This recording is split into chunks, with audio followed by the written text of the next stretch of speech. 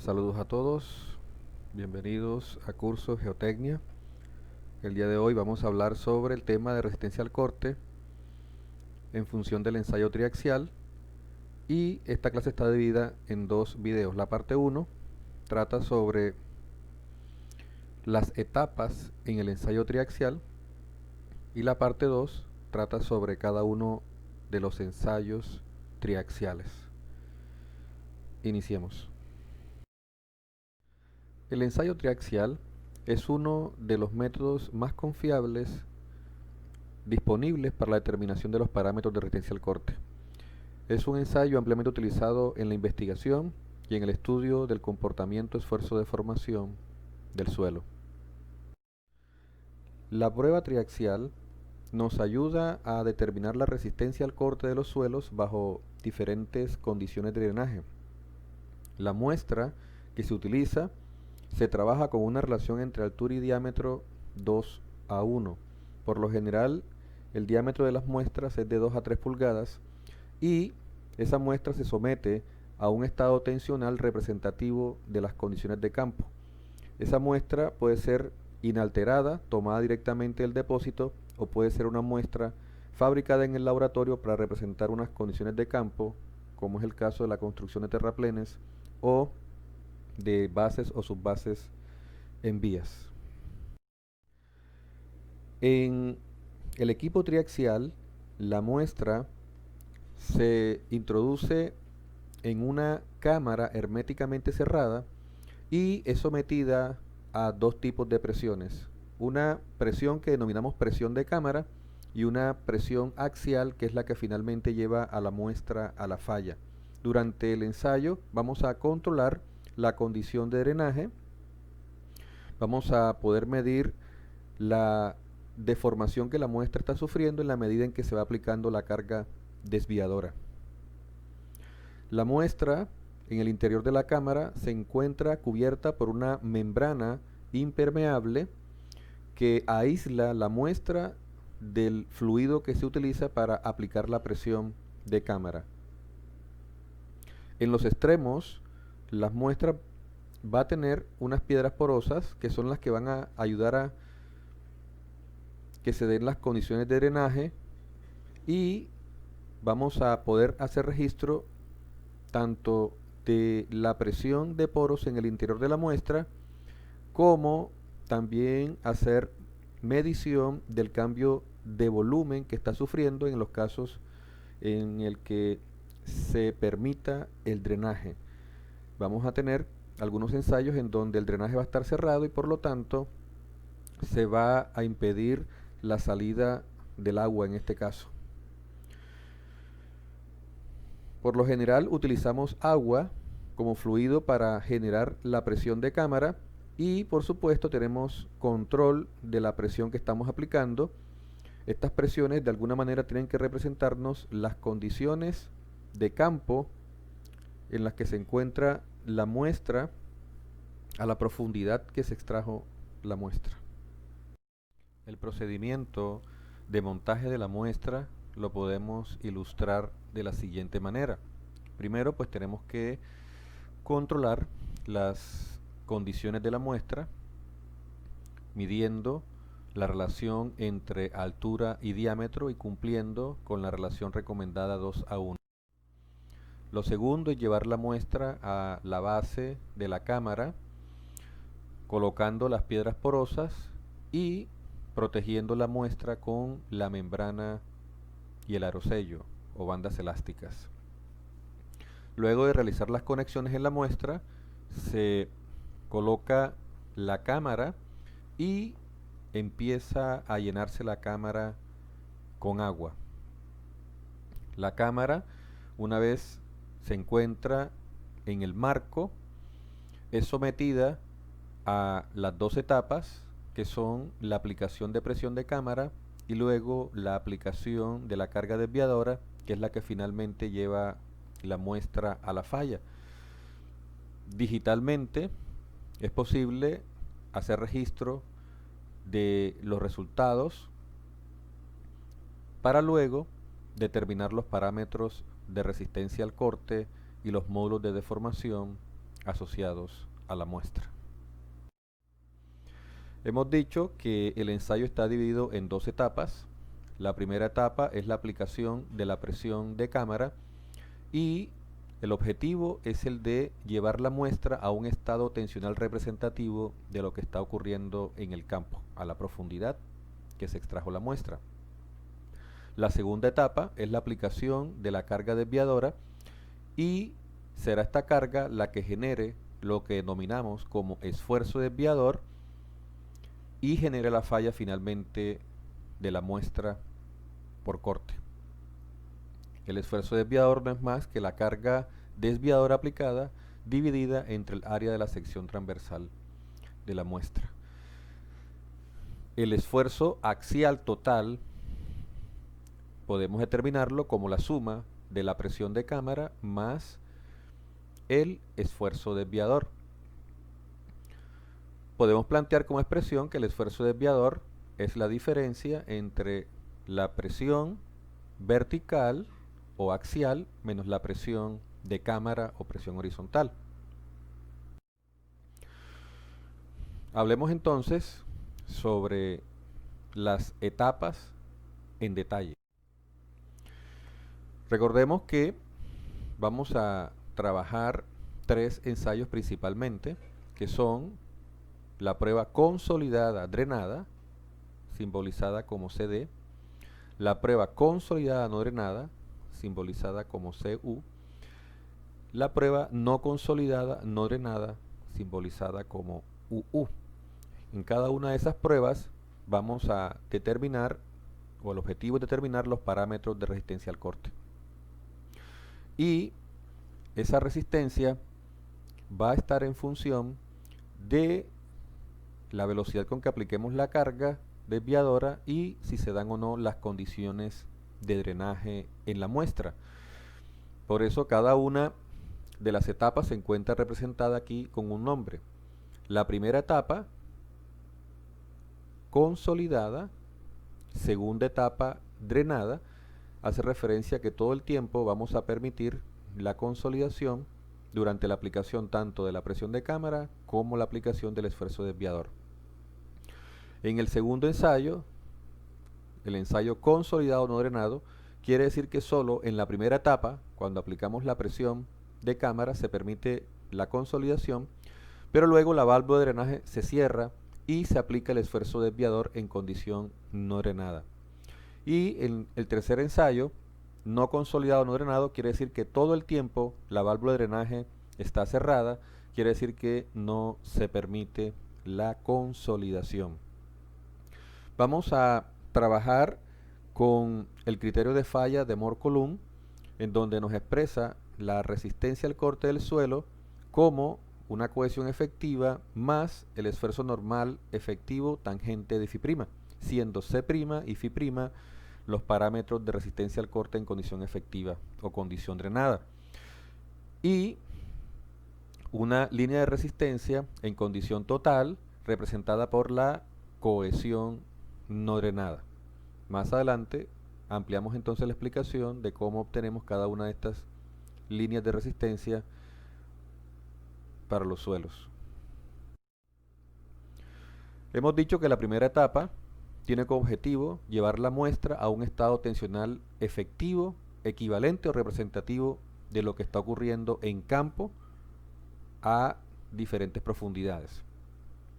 Es por eso que es importante que retomemos la evaluación del estado tensional inicial de una muestra dependiendo de la profundidad a la que se encuentra. Y en nuestro curso de Geotecnia 1 evaluamos cómo se daba el cálculo del esfuerzo vertical total, cómo realizábamos el cálculo de la presión del agua y cómo determinamos finalmente un esfuerzo efectivo vertical como la diferencia entre el esfuerzo vertical total y la presión del agua. Hoy vamos a definir un esfuerzo horizontal efectivo como el producto de un coeficiente K, que vamos a denominar coeficiente de presión lateral de tierras en reposo, por el esfuerzo efectivo vertical. En estos momentos no nos vamos a concentrar en la determinación de este parámetro K. Debemos entender en estos momentos que el esfuerzo efectivo horizontal lo vamos a evaluar como el producto de dicho coeficiente por el esfuerzo efectivo vertical. Y por lo tanto, el esfuerzo horizontal total termina definido como la suma entre el esfuerzo efectivo horizontal y la presión del agua. El estado tensional efectivo representativo en campo podemos determinarlo como un esfuerzo efectivo promedio calculado como el esfuerzo efectivo vertical más 2 veces el esfuerzo efectivo horizontal dividido 3. Y en la primera etapa de la prueba triaxial, la idea es que representemos este estado tensional efectivo, recordando los principios, uno de los principios fundamentales del tema de advertencia al corte es que la resistencia está en función de los esfuerzos efectivos. Entonces es importante que en el equipo triaxial estemos representando el estado tensional efectivo representativo de la muestra en campo. El estado en condición efectiva podemos representarlo aplicando una presión de cámara equivalente al esfuerzo promedio total, calculado como el esfuerzo vertical más 2 veces el esfuerzo horizontal entre 3, y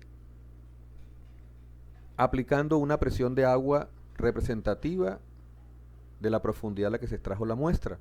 La diferencia entre el esfuerzo total promedio y la presión de agua arrojaría el esfuerzo efectivo medio de la muestra en campo. Ahora, lo que nos interesa finalmente es lograr establecer el esfuerzo efectivo medio representativo de la muestra a la profundidad que fue extraída. Ahora analicemos lo que está ocurriendo en el interior de un elemento de suelo saturado durante la aplicación de la presión de cámara. Se supone que tenemos al elemento sometido a un estado tensional representativo de lo que ocurre en campo a la profundidad que se extrajo la muestra.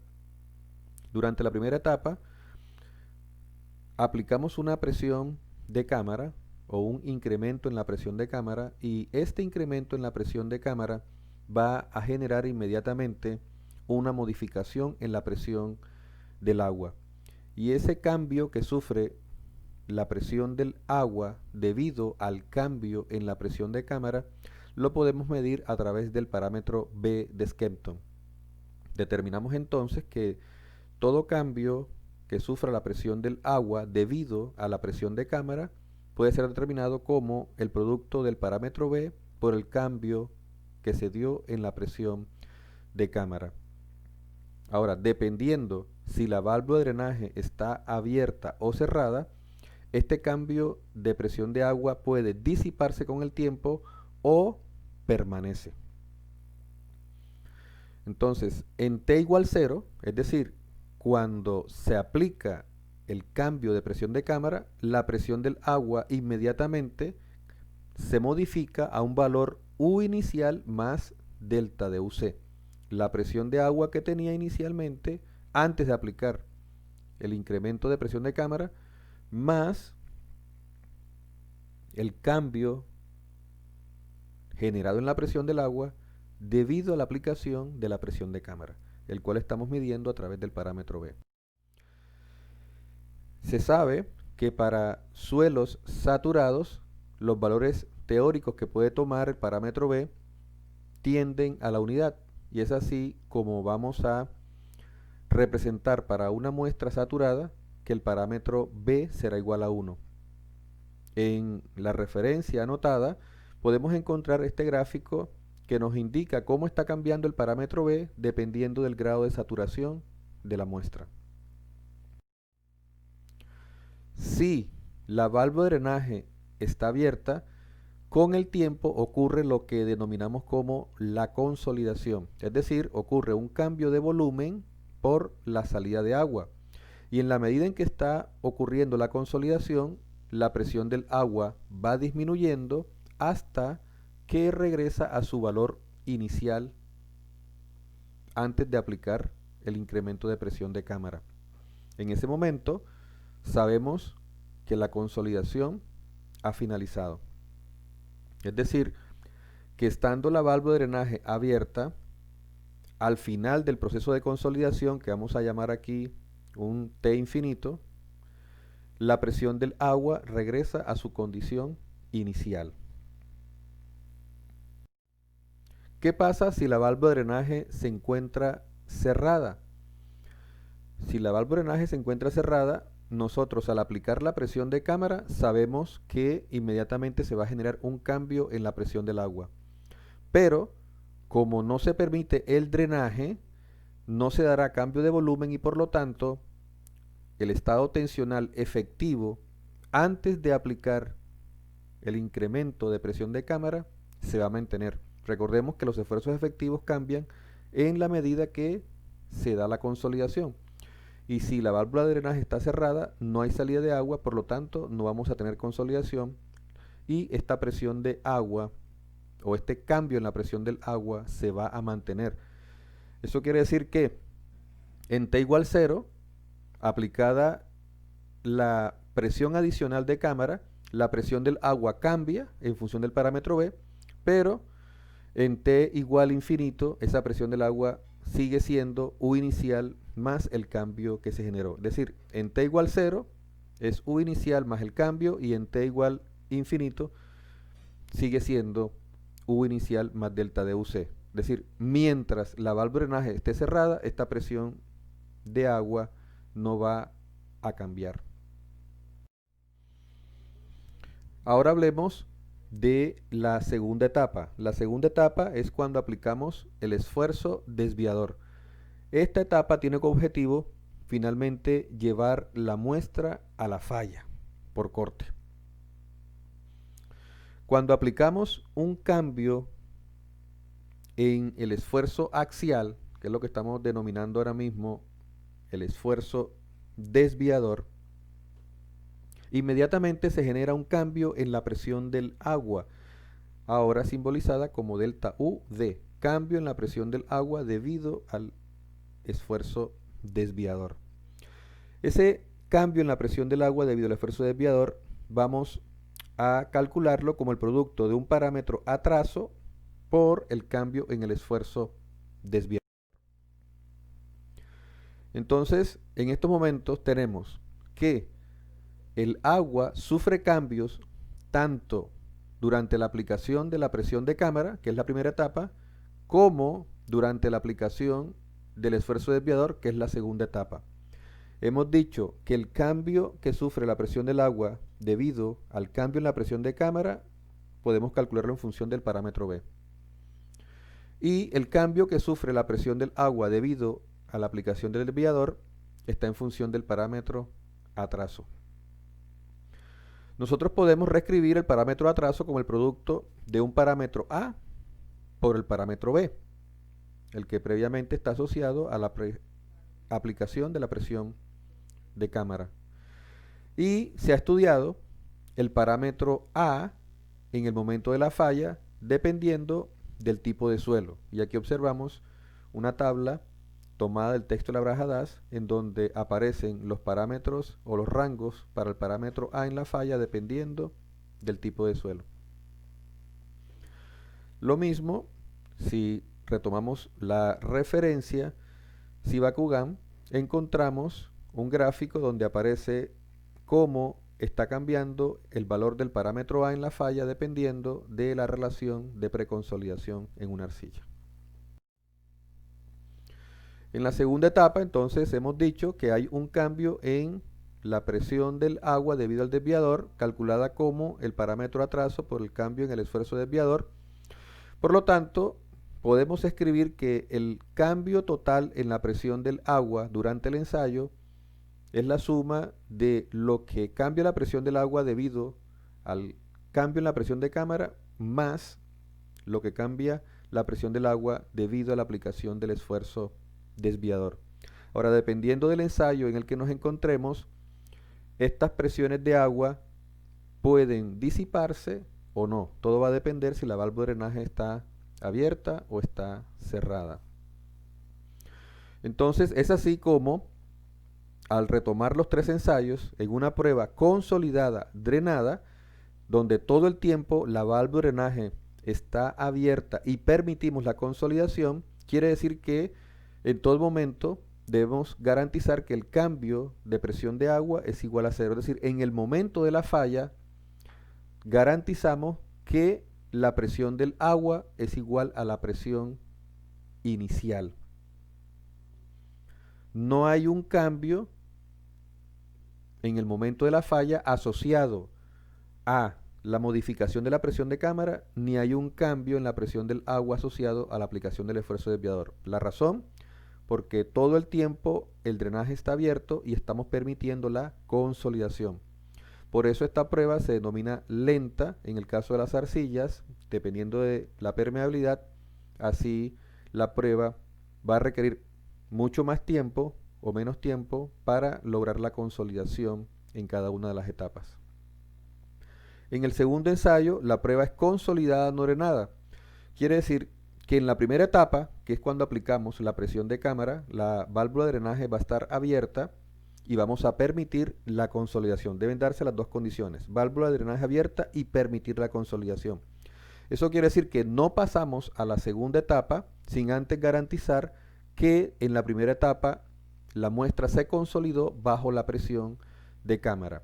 Quiere decir que el cambio en la presión del agua debido a la cámara, en este caso, es cero en el momento en el que iniciamos la segunda etapa, que es la aplicación de la carga desviadora. Eso quiere decir entonces que finalizada la primera etapa se cierra la válvula y ahora se aplica el desviador en condición no drenada. Y al estar cerrada la válvula quiere decir que estamos generando un cambio en la presión del agua. Y es importante que durante este ensayo logremos registrar cuál es la presión del agua en el momento de la falla. Y esa presión de agua va a estar dada como la presión de agua inicial más el cambio que sufrió debido a la aplicación del esfuerzo desviador. Es decir, que el agua sufre un cambio en su presión debido a la aplicación del esfuerzo desviador, teniendo en cuenta que la válvula de drenaje está cerrada durante la aplicación de ese esfuerzo desviador.